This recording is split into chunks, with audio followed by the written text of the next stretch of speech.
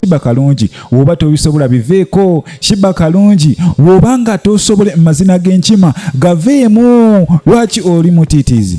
Lwaki oli mutiitizi? Lwaki oleeta properties? Lwaki oleeta ebyamasimu mu lutalo lw'okuyimba? Vaayo yimirira ku bigere byo bibiri ogambe nti ayabas zabike emipiira lumba omukyala va mu kusaagasaaga.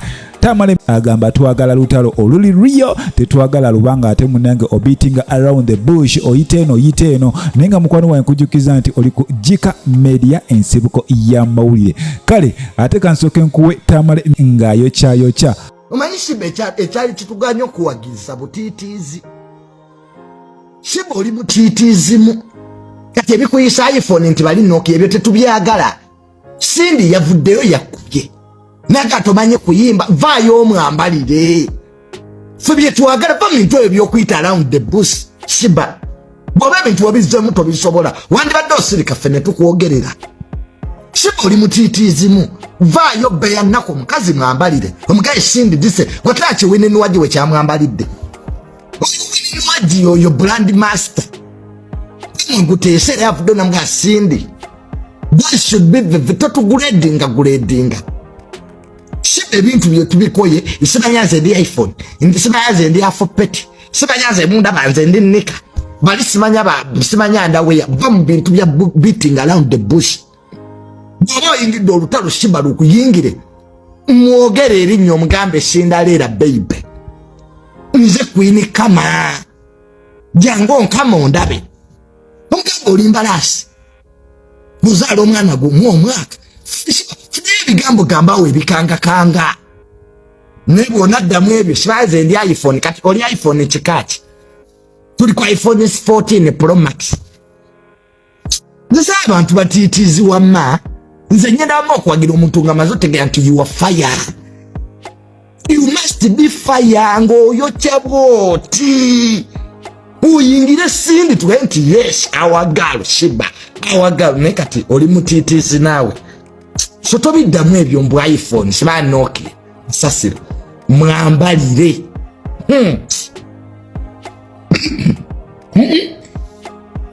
Mwambalire wasalawo wandibadde osirika Sheebah ne wasalawo okumwambalira. We are at a point of no return.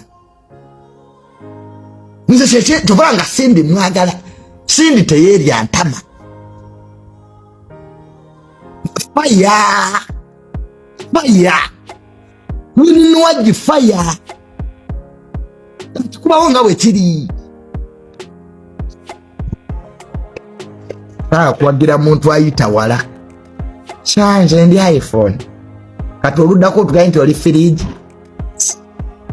Sheebah njagala okole press conference nga fire.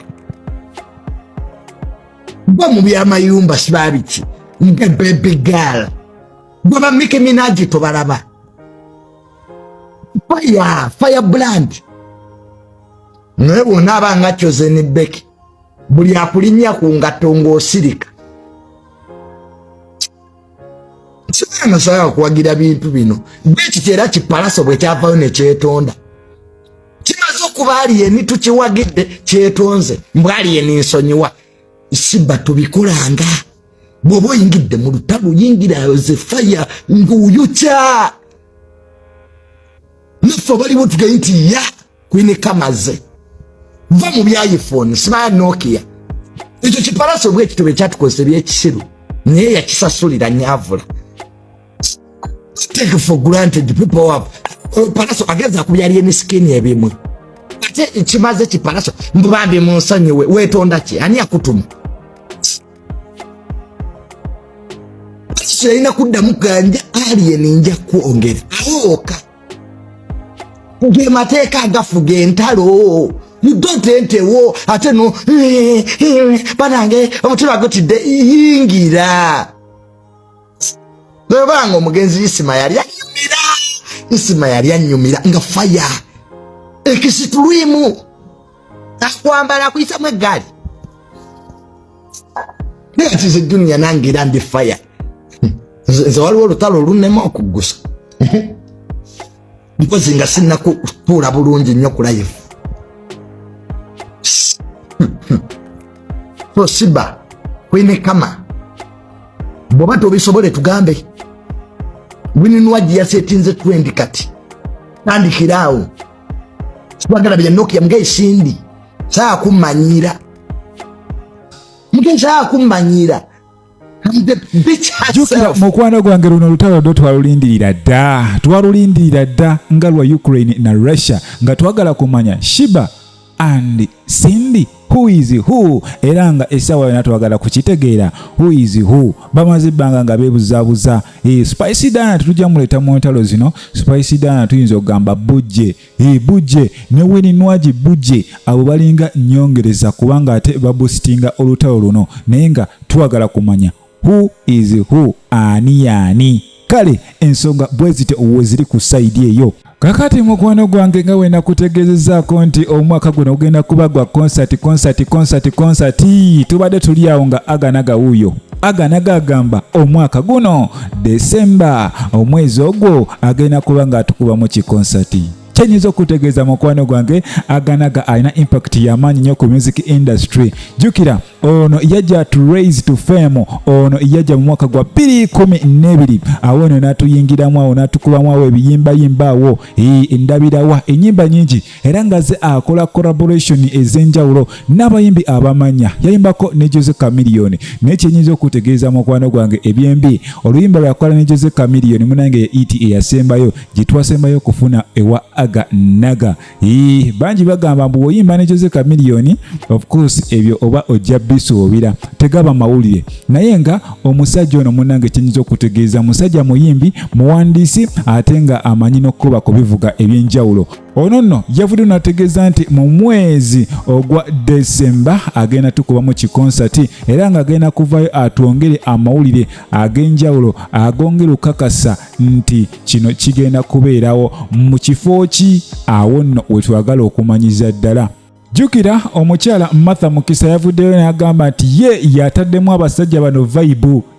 Kakati wobanga olina oluyimba olutambula, woba tolina luyimba lutambula, oba olina it oba tolina it, oli waddembe okuteekayo concert. Ndowooza ye trend kati eriko nti omuyimbi gwe wowulira nti weetaaga ka concert, teekayo concert yo. Niwabanga bafaanisi be bagikusabye gwegiteekayo then gipushinge.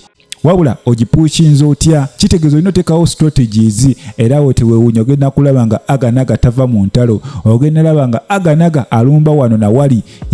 Kubanga ekyo kyekivuga music industry, era nga waba otunuulidde ekyatandikawo trend eno y'okuba nga abantu bateekawo entalo nga bagenda okukola concert zaabwe munnange ba legendaries Bobby Wine, Bibino kwosa ne Jose Chameleone, ate bateekawo trend y'ekintu kino nti wawuliranga Bobby Wine ng'ayimba ennyimba ze naye ng'alumba ani Bibino n'akuba ennyimba nga design Bobby Wine, Chameleone n'aleeta nga babiri. Kale awo nno abantu ne banyumirwa. Kale omuntu abeerawo ng'alinda kandabe ekiveeno.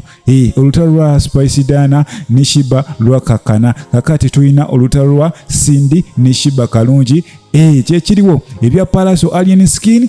Yes, Palaso bamuzikiza yadda ku bbali, kati atunulira nsonga uzigenda maaso. Yafuuka muwagizi. Alien Skin ali mu kisaawa asamba, omupiira taguta, naye nga essaawa yonna abantu bagamba ono ajja guta, kayagale kagaane. Era ng'ensonga ze bawa munnange singa bate eno eba successful, ebya Alien Skin tujja kuba tubifuye mu ng'ombe. Awo ono n'enkujukiza mukwano gwange nti obadde ku KIKA Media, ensibuko y'amawulire. Gwatanaba kubanga subscribinga, gena maaso subscribinge, likinga, commentinga, tusobola okubanga munange tutambula ffenna. Saba Mukama Katonda bankuumire, mweraba.